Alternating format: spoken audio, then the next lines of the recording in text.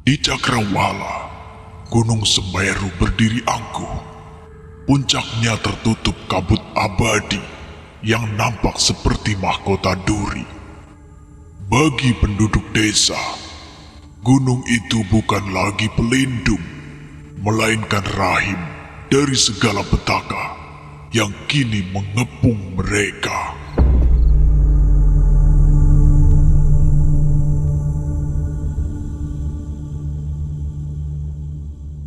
Arya berdiri di ambang pintu rumah joglo peninggalan kakeknya, menatap nanar ke arah Gunung Semeru yang menjulang tinggi di kejauhan. Puncak abadi itu kini nampak seperti raksasa yang sedang merunduk, memperhatikan desa mereka dengan nafsu lapar. Tangan Arya mencengkram erat kusen pintu hingga kuku-kuku jarinya itu memutih. Minum dulu ya.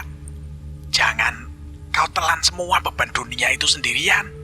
Wajahmu itu loh, lebih kecut daripada sayur lodeh yang sudah basi 3 hari. Suara itu memecah keheningan.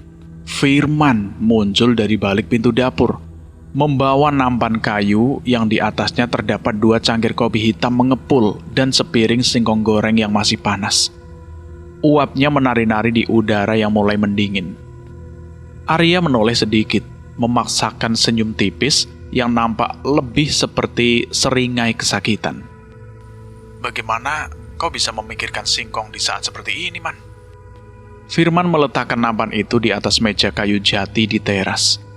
Ia mengambil sepotong singkong, meniupnya pelan, lalu menggigitnya dengan nikmat. Justru karena dunia sedang gila, kita harus tetap waras dengan perut yang kenyang, Arya. Kalau aku mati malam ini karena diculik makhluk bertanduk itu, aku ingin mati dalam keadaan lambung yang bahagia. Bayangkan betapa malunya aku di alam kubur kalau arwahku kelaparan. Arya menghela nafas panjang. Akhirnya ia duduk di kursi rotan di samping sahabatnya itu. Ia meraih cangkir kopi, menyesap isinya yang pahit dan panas. Rasa pekat kafein itu sedikit menenangkan saraf-sarafnya yang tegang. Kau mendengar suara itu lagi semalam? Tanya Arya lirih. Suaranya nyaris tenggelam oleh suara jangkrik yang terdengar ganjil, seolah-olah mereka sedang merintih, bukan mengerik. Firman berhenti mengunyah singkongnya. Ekspresinya yang jenaka memudar sejenak, digantikan oleh gurat kecemasan yang coba ia sembunyikan. Tangisan anak kecil itu ya, terdengar di bawah pohon beringin di dekat sumur tua. Tapi setiap kali aku mengintip dari celah jendela, yang ada hanya kabut hitam yang berputar-putar. Dan kau tahu apa yang aku lihat di ujung sawah kan? Bayangan itu kan? Benar, tinggi kurus itu dengan tanduk yang melengkung seperti sabit raksasa.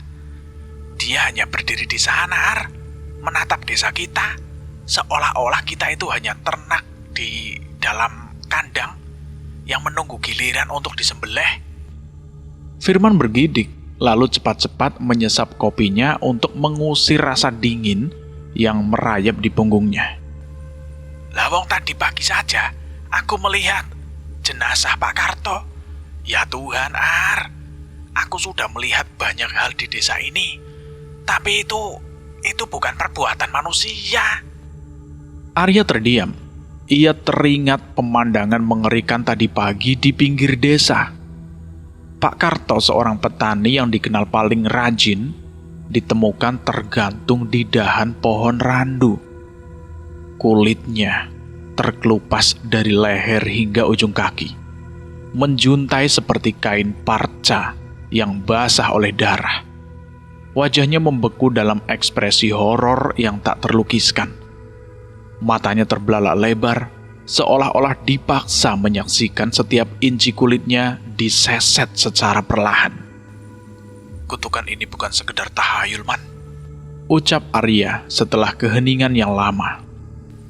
Ini adalah penagihan janji. Sesuatu yang dilakukan leluhur kita beratus-ratus tahun lalu telah bangkit kembali. Tanah ini tidak lagi menginginkan kita. Firman meletakkan sisa singkongnya. Terus kita harus bagaimana, Ar?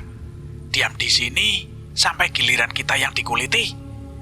Aku secara pribadi lebih suka kulitku itu tetap menempel di dagingku loh. Terima kasih banyak. Arya bangkit dan berjalan masuk ke dalam rumah. Tak lama kemudian, ia kembali dengan sebuah bungkusan kain mori tua yang sudah menguning dan sebuah buku catatan bersambul kulit binatang yang sudah rapuh. Ia meletakkannya di atas meja, di samping piring singkongnya Firman. Loh, ini apa toh, Ar?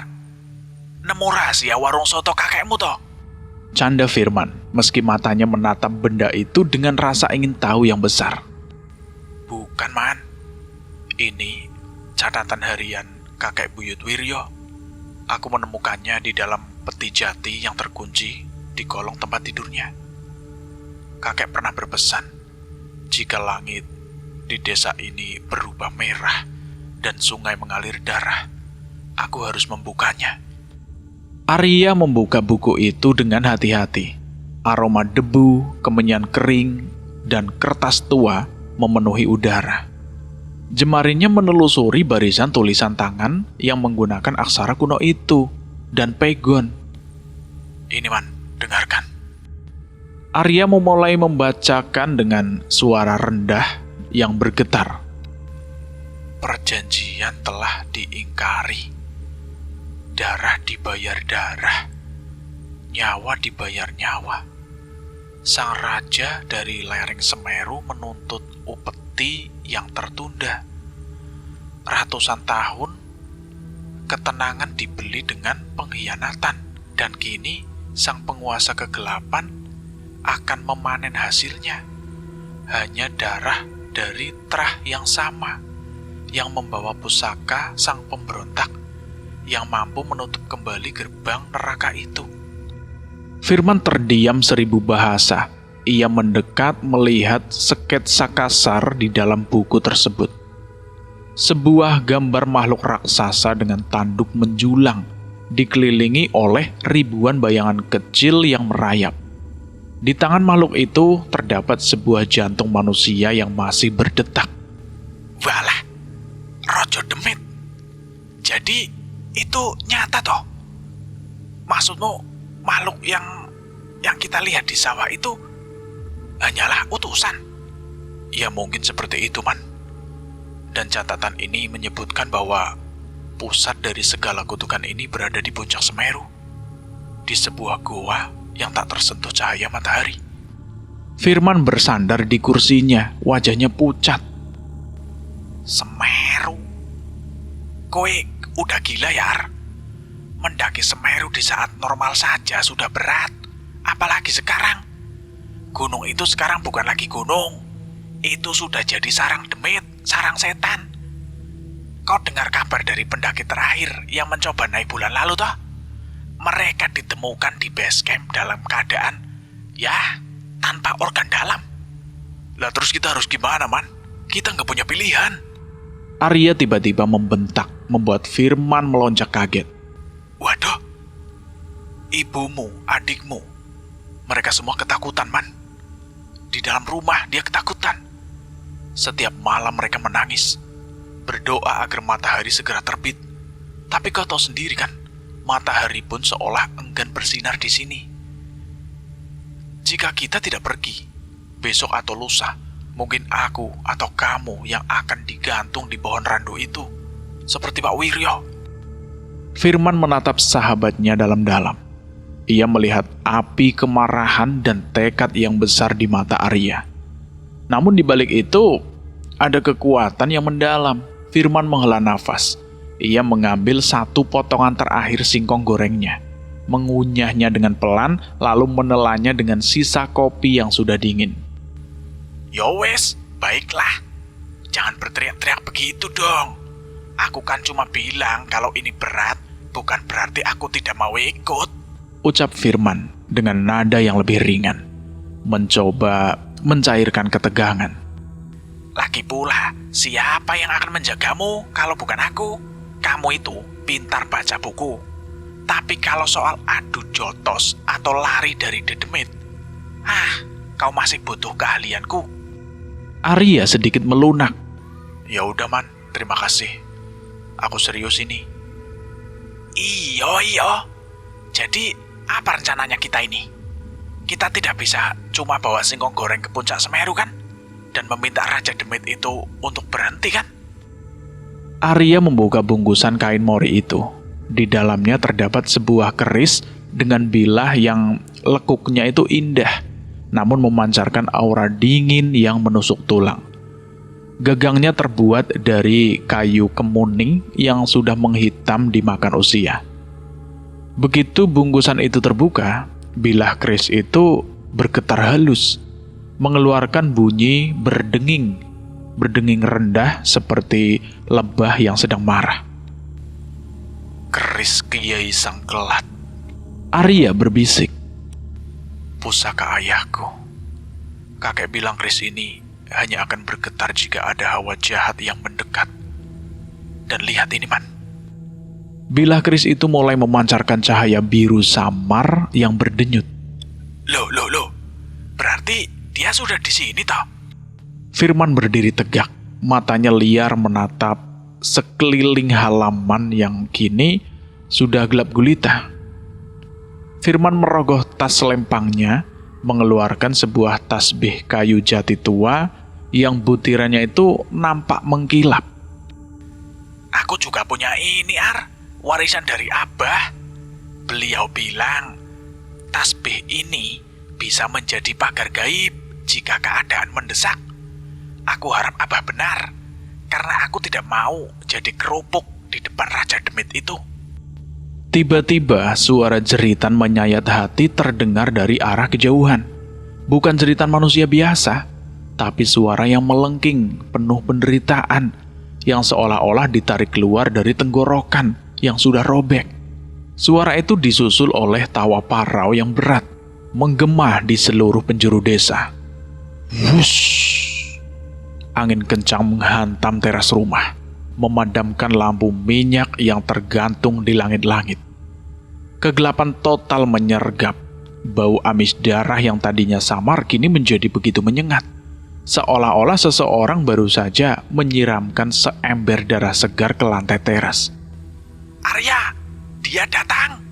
Suara Firman gemetar, namun tangannya sudah menggenggam erat tasbihnya.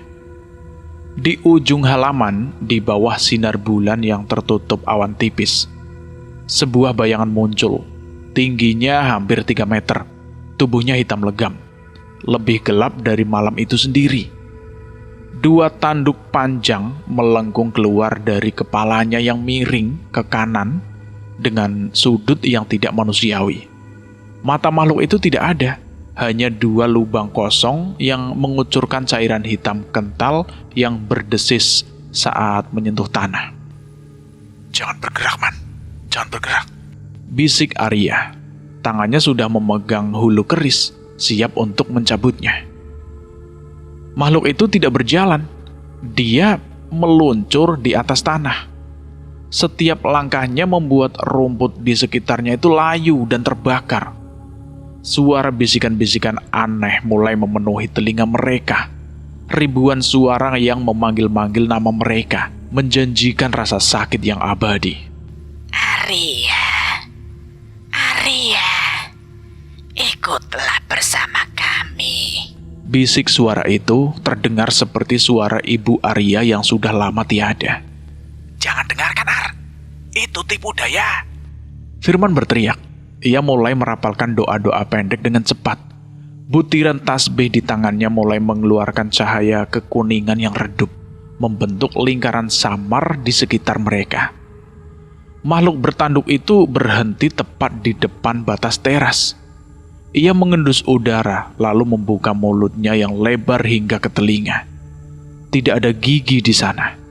Hanya deretan duri-duri kecil yang bergerak-gerak seperti ulat.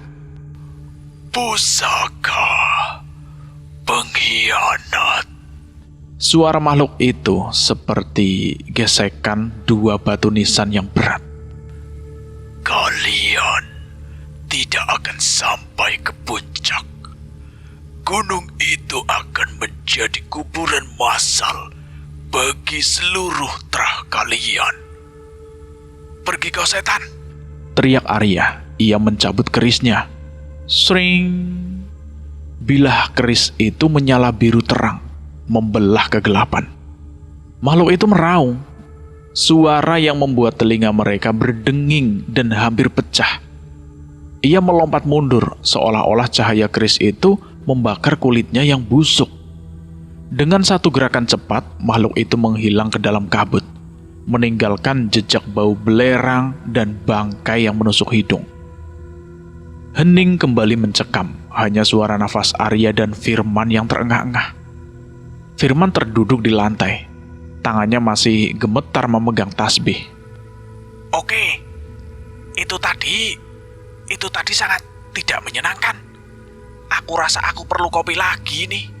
Tapi sepertinya kita tidak punya banyak waktu lagi, Ar. Arya mengayunkan kembali kerisnya. Cahaya biru itu meredup, tapi getarannya masih terasa hingga ke lengannya. Kita berangkat sekarang, Man. Malam ini juga. Jika kita menunggu sampai pagi, aku takut tidak akan ada lagi desa yang kita selamatkan ini. Firman bangkit, menepuk-nepuk debu di celananya dengan gerakan yang dipaksakan santai. Ia mengambil tas ranselnya yang sudah disiapkan sejak tadi sore. Baiklah. Lagi pula, singkong gorengnya kan sudah habis. Tidak ada alasan lagi untuk tetap di sini. Ia menatap ke arah Gunung Semeru yang kini diselimuti kilat merah di puncaknya. Arya. Iya, ada apa? Kalau kita mati di atas sana, pastikan kau mati duluan ya. Aku tidak mau sendirian menghadapi Raja Setan itu tanpa seorang yang bisa aku suruh-suruh untuk membacakan mantra. Arya tersenyum tipis. Kali ini senyum itu lebih tulus. Ia menepuk bahu sahabatnya. Aku tidak berencana untuk mati, Man. Kita punya janji untuk kembali dan meminum kopi paling enak di desa ini setelah semua ini selesai. Oke, janji yo. Dengan singkong goreng yang banyak dan jangan yang bantat seperti ini, ya. Sahut Firman sembari mencoba meluculah untuk menutupi ketakutan yang menggedor-gedor dadanya. Mereka berdua melangkah keluar dari teras, meninggalkan keamanan rumah menuju kegelapan yang tak berujung. Di belakang mereka, desa itu nampak seperti desa mati yang sedang sekarat. Di depan mereka, Semeru menunggu dengan mulut yang menganga, siap menelan siapa saja yang berani menantang takdir gaibnya. Setiap langkah yang mereka ambil terasa berat, seolah-olah tanah itu sendiri mencoba menahan mereka. Atau mungkin memperingatkan mereka. Angin malam membawa jeritan anak kecil itu lagi. Kali ini lebih dekat, tepat di telinga mereka. Jangan menoleh, Man. Terus aja jalan. Bisik Arya dengan tegas. Aku tidak menoleh, Ar. Aku cuma sedang memikirkan. Apa di puncak gunung ada yang jual kopi hitam, yo? Perjalanannya kan sepertinya akan sangat panjang. Arya hanya diam. Matanya lurus menatap puncak gunung. Ia tahu apa yang mereka hadapi barusan hanyalah sambutan pembuka. Di atas sana, di ketinggian ribuan meter, neraka yang sebenarnya telah menanti. Kegelapan di kaki Gunung Semeru bukanlah kegelapan biasa yang sering ditemui manusia di pemukiman. Ini adalah kegelapan yang pekat. Seolah-olah udara itu sendiri telah berubah menjadi tinta hitam yang dingin dan kental, siap menyesakkan paru-paru siapapun yang berani menghirupnya. Pohon-pohon beringin tua dan rumpun bambu yang menjulang di kanan kiri jalan setapak nampak seperti raksasa yang membeku. Tangan-tangan dahan mereka menjulur ke bawah, seolah ingin merenggut nyawa dari pundak Arya dan Firman. Suara jangkrik dan tonggeret yang biasanya meramaikan malam di desa, kini lenyap. Keheningan yang ada terasa tidak wajar, sebuah kesunyian yang menekan gendang telinga, hanya sesekali dipecah oleh bunyi ranting kering yang patah di kejauhan atau desau angin yang membawa aroma anyir yang samar namun konsisten.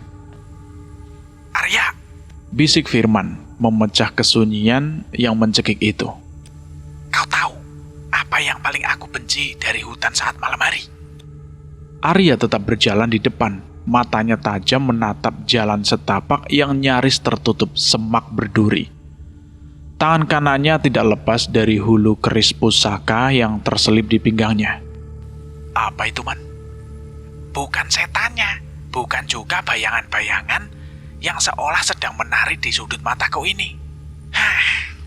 Firman menghela nafas panjang. Tangannya merogoh saku jaketnya yang agak tebal. Tapi, kenyataan bahwa aku tidak bisa membakar singkong di tempat seperti ini. Perutku sudah mulai berdemo ini, Arya. Rasanya seperti ada lubang hitam di lambungku yang siap menelan diriku sendiri sebelum rojo demit itu sempat melakukannya. Arya menoleh sedikit, tersenyum tipis di bawah temaran cahaya bulan yang sesekali menembus tajuk pohon. Tahan sedikit lah, Man. Kita baru berjalan 2 jam. Kau baru saja menghabiskan 1 piring penuh kan singkong goreng itu sebelum kita berangkat tadi. Ya itu kan tadi, Ar. Itu sejarah kuno, Sahut Firman dengan nada protes yang dibuat-buat.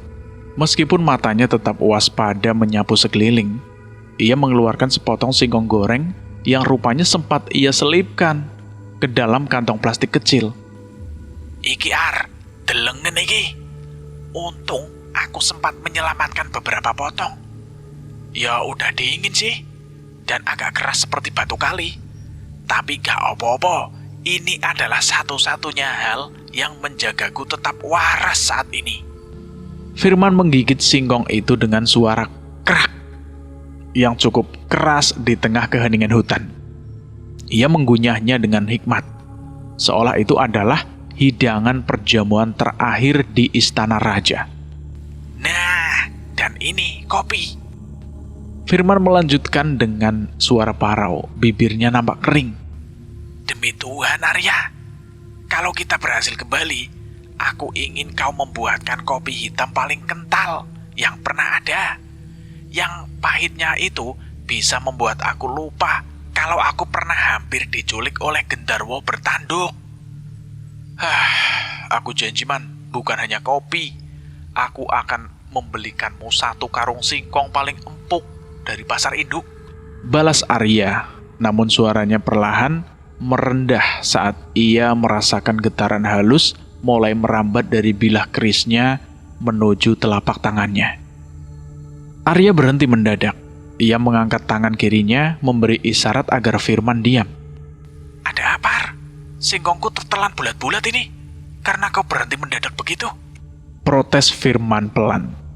Namun ia segera menggenggam tasbih kayu jatinya dengan erat. Butiran-butiran tasbih itu mulai terasa hangat di jemarinya. Dengar, Man, dengar. Dari kejauhan, di antara pepohonan yang merapat, terdengar suara air mengalir. Namun itu bukan suara gemericik air sungai yang jernih. Suaranya itu lebih berat, lebih kental, seolah-olah cairan yang mengalir itu memiliki massa yang berbeda dari air biasa. Dan di sela-sela suara aliran itu, terdengar isak tangis yang halus, sangat halus. Seperti suara seorang ibu yang meratapi anaknya yang hilang. Itu suara sungai yang ada di dalam cerita kakek. Sungai darah. Kita harus melintasinya untuk masuk ke wilayah lereng yang lebih dalam. Mereka melangkah perlahan menuju sumber suara. Bau anyir yang tadi samar kini menguat, menyerang penciuman mereka dengan brutal. Bau darah segar yang bercampur dengan bau lumpur busuk. Saat mereka tiba di tepi sungai, Firman hampir saja memuntahkan sisa singkongnya yang baru saja ia kunyah. Sungai itu tidak lebar, mungkin hanya sekitar 5 meter. Tapi airnya berwarna merah pekat, hampir hitam di bawah kegelapan malam. Cairan itu bergerak lambat, berbuih di pinggirannya, meninggalkan noda merah dan batu-batu kali yang seharusnya berwarna abu-abu. Di atas air, uap tipis mengepul membawa aroma besi yang menyengat. Astaga, Firman menutup hidungnya dengan lengan jaket. ini bukan lagi metafora, Ar. Ini benar-benar darah. Siapa yang harus kehilangan sebanyak itu untuk memenuhi sungai ini? Leluhur kita pernah berjanji untuk menjaga kesucian gunung ini, tapi mereka mengkhianatinya demi kekuasaan dan harta. Darah ini adalah pengingat akan nyawa-nyawa yang dikorbankan sebagai tumbal saat perjanjian itu pertama kali dilanggar. Arya menjelaskan, matanya terpaku pada sebatang pohon tumbang yang melintang di atas sungai, membentuk jembatan alami yang licin. Tiba-tiba, dari permukaan air yang merah pekat itu, muncul sebuah kepala, tanpa rambut, kulitnya pucat pasi hingga tampak transparan, memperlihatkan urat-urat hitam yang berdenyut di baliknya. Makhluk itu tidak memiliki kelopak mata. Matanya yang besar dan kuning menatap mereka dengan penuh kebencian. Arya, di bawah itu, di bawah. Makhluk itu bukan satu-satunya. Satu demi satu kepala-kepala serupa muncul dari sungai darah itu. Mereka adalah arwah para korban tumbal yang kini telah berubah menjadi pelayan Rojo Demit.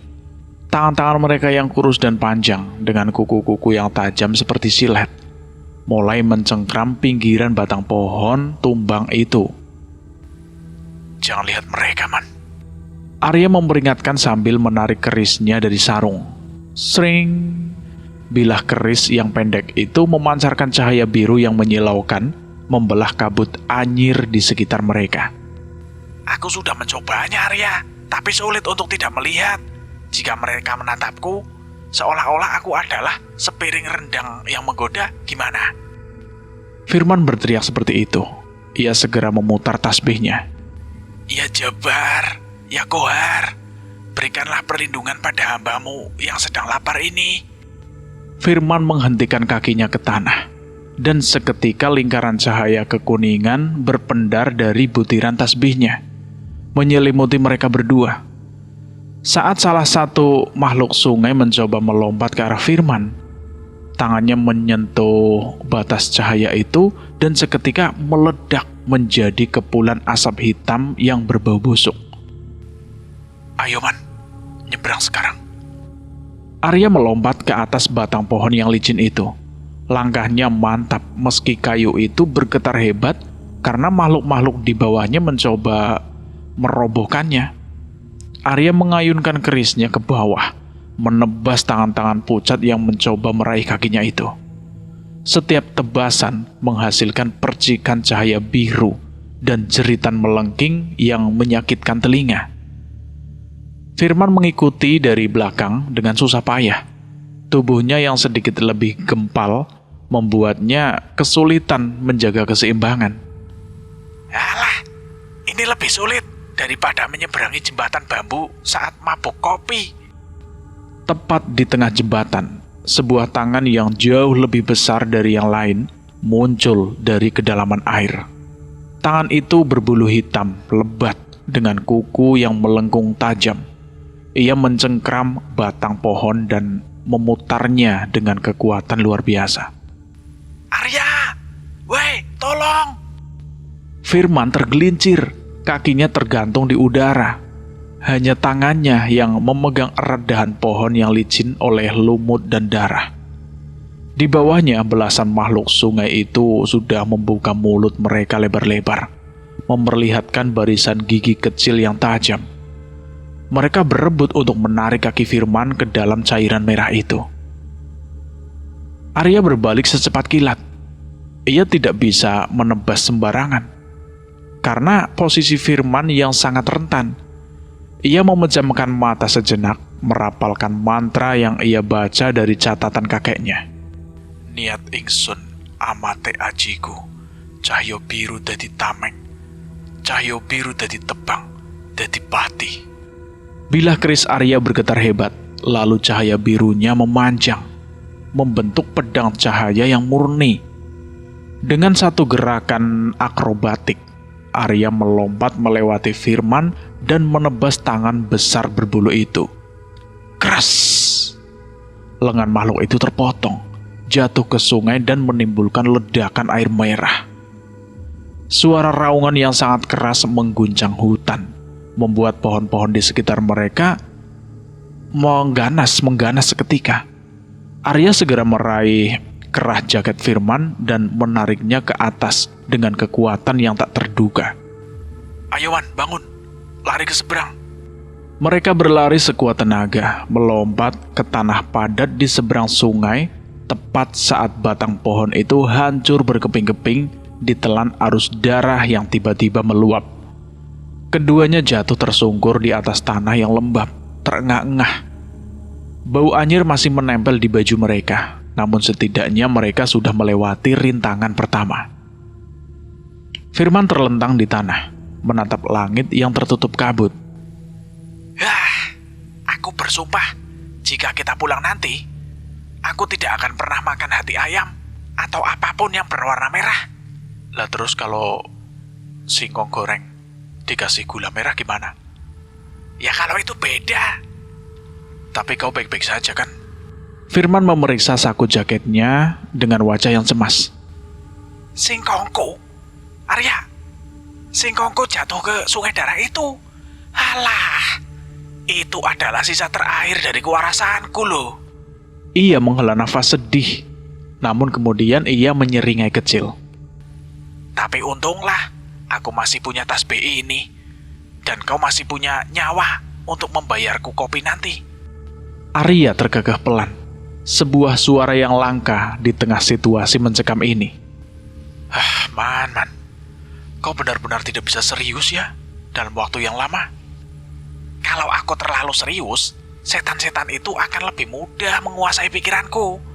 Tertawa adalah caraku memberitahu mereka bahwa mereka tidak semenakutkan itu, meski sebenarnya aku hampir ngompol di celana tadi. Firman lalu bangkit berdiri, menepuk-nepuk tanah di celananya.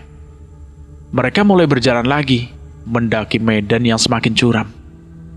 Jalan setapak yang mereka lalui kini mulai ditumbuhi oleh akar-akar pohon besar yang muncul ke permukaan tanah, seperti urat-urat raksasa yang menonjol.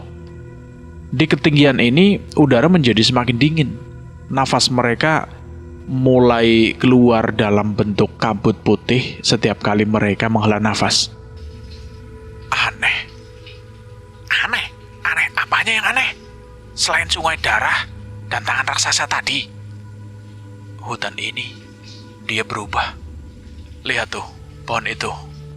Arya menunjuk sebuah pohon jati besar di sebelah kanan mereka.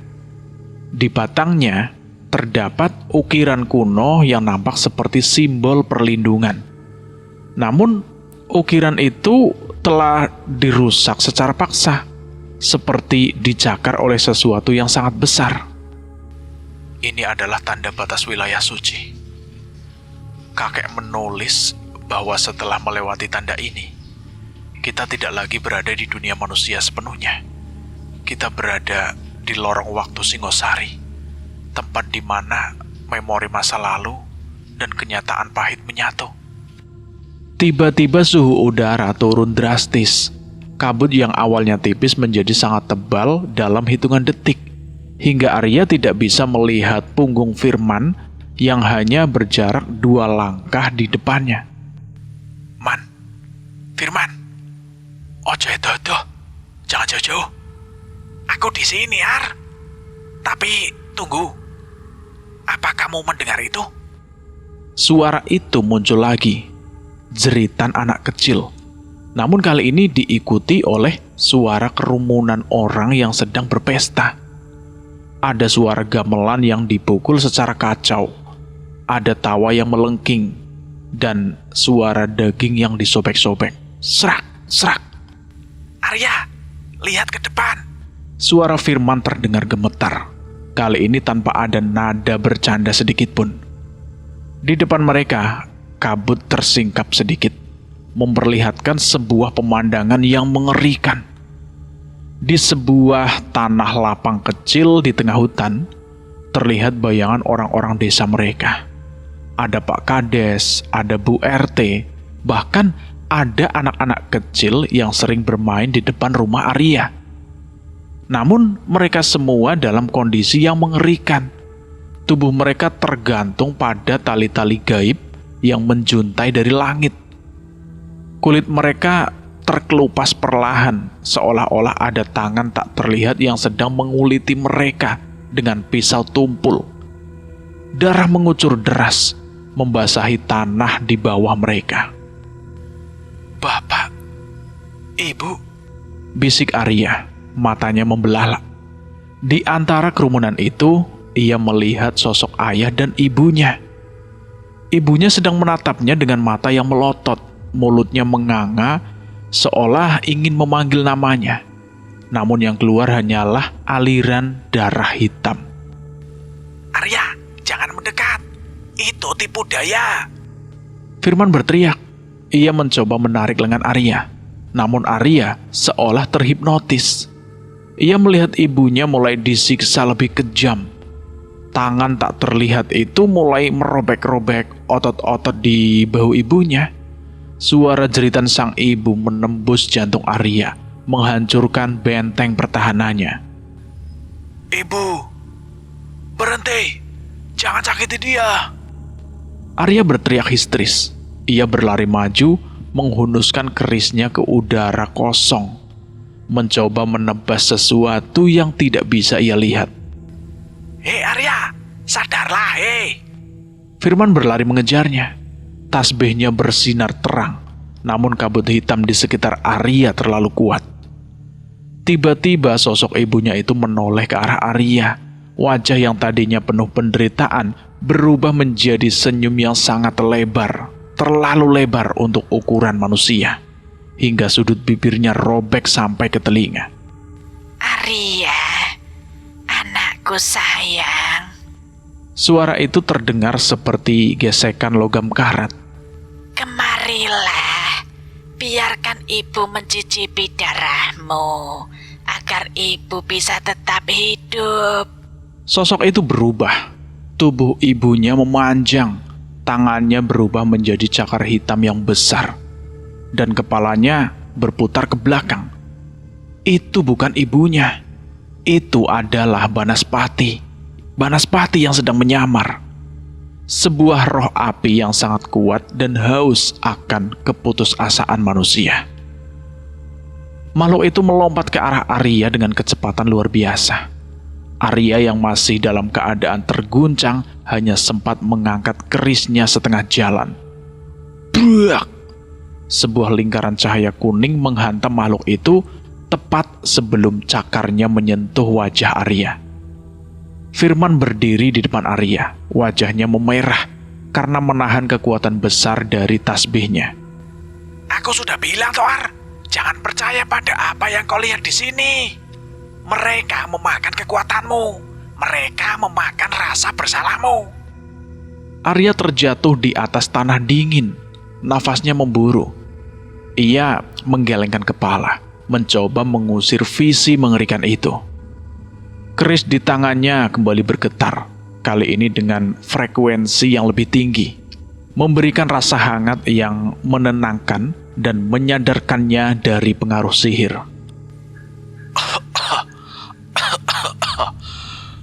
Maaf, Man. Maafkan aku. Ia bangkit, berdiri, matanya kini kembali tajam, penuh dengan amarah yang terkendali. Kau benar, Man. Itu bukan mereka. Makhluk di depan mereka meraung.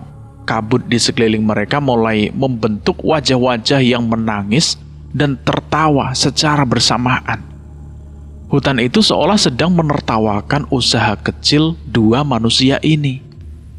Firman, kita harus bergerak lebih cepat, kata Arya sambil menggenggam hulu kerisnya lebih erat. Raja itu sudah tahu kita datang. Dia sedang bermain-main dengan pikiran kita. Firman mengangguk. Ia menyeka keringat dingin di dahinya. Bermain-main, Ar? Ya wis, tapi jujur saja. Permainan ini jauh lebih membosankan daripada main kartu di pos ronda. Dan aku benci kalah. Firman merogoh sakunya lagi, berharap masih ada sisa makanan. Tapi ia hanya menemukan selembar daun kering yang terbawa angin. Ia mendesah kecewa. Arya, kalau kita sampai ke puncak dan tidak ada makanan di sana, aku sendiri yang akan memakan telinga Raja Setan itu. Simpan tenagamu untuk mendaki. Kita sudah hampir mencapai ketinggian 1000 meter. Dan menurut catatan, di sanalah neraka yang sesungguhnya dimulai. Mereka kembali melangkah, meninggalkan lembah keramat yang masih bergema dengan suara tangisan palsu. Di atas mereka, Gunung Semeru berdiri tegak, puncaknya tertutup awan merah yang sesekali berkilat, seolah-olah gunung itu sedang bernafas, menunggu mangsa berikutnya yang masuk ke dalam rahim kegelapannya. Angin bertiup lebih kencang membawa suara bisikan baru yang lebih gelap. Bukan lagi nama-nama keluarga mereka, tapi sebuah janji tentang penderitaan abadi yang tak akan pernah berakhir. Arya dan Firman terus berjalan, 2 titik kecil di tengah samudra mistis yang siap menelan mereka bulat-bulat. Arya, iyo man, ono apa? Nanti kalau aku mulai berhalusinasi melihat singkong goreng raksasa di puncak gunung, tolong tampar aku yo. Tapi pelan saja, jangan sampai merusak ketampananku. Arya tersenyum tipis di tengah kegelapan dan mendekat ke arah Firman. Oke, siap. Nanti akan lakukan, Man. Bahkan jika perlu, aku akan menyirammu dengan air sungai darah tadi agar kau bangun. Sialan kau, Arya. Mereka terus mendaki. Sementara di balik pohon-pohon besar, bayangan-bayangan bertanduk mulai bermunculan satu persatu, mengawasi setiap langkah mereka dengan mata yang menyala merah. Perjalanan baru saja dimulai, dan kegelapan di lereng Semeru baru saja memperlihatkan sedikit dari taringnya yang berkarat. Di kejauhan, dentuman keras terdengar dari puncak gunung. Getarannya terasa hingga ke dasar tanah yang mereka pijak. Seolah-olah sang Raja Demit sedang menyambut kedatangan mereka dengan tawa yang menggetarkan jagat alam lain. Waktunya hampir habis, bisik Arya pada dirinya sendiri, sambil menatap kerisnya yang kini berpendar biru stabil, menunjuk ke arah puncak yang mengerikan. Dan cerita ini bersambung dulu sampai di sini. Saya akan melanjutkan ceritanya lagi di part berikutnya. Bagaimana menurut teman-teman semua tentang cerita ini? Silahkan tulis di kolom komentar. Dan terima kasih buat kalian semua yang sudah mendengarkan cerita ini sampai habis. Semoga kalian sehat selalu, panjang umur, bahagia selalu, dan selalu dimudahkan segala urusannya. Dan buat kalian yang baru bergabung di channel ini, silahkan dukung kami dengan cara klik tombol subscribe dan klik tombol lonceng notifikasinya agar kalian tidak ketinggalan cerita terbaru dari kami. Dan saya mohon maaf jika ada kesalahan kata. Saya pamit undur diri. Wassalamualaikum warahmatullahi wabarakatuh. Jagat alam lain.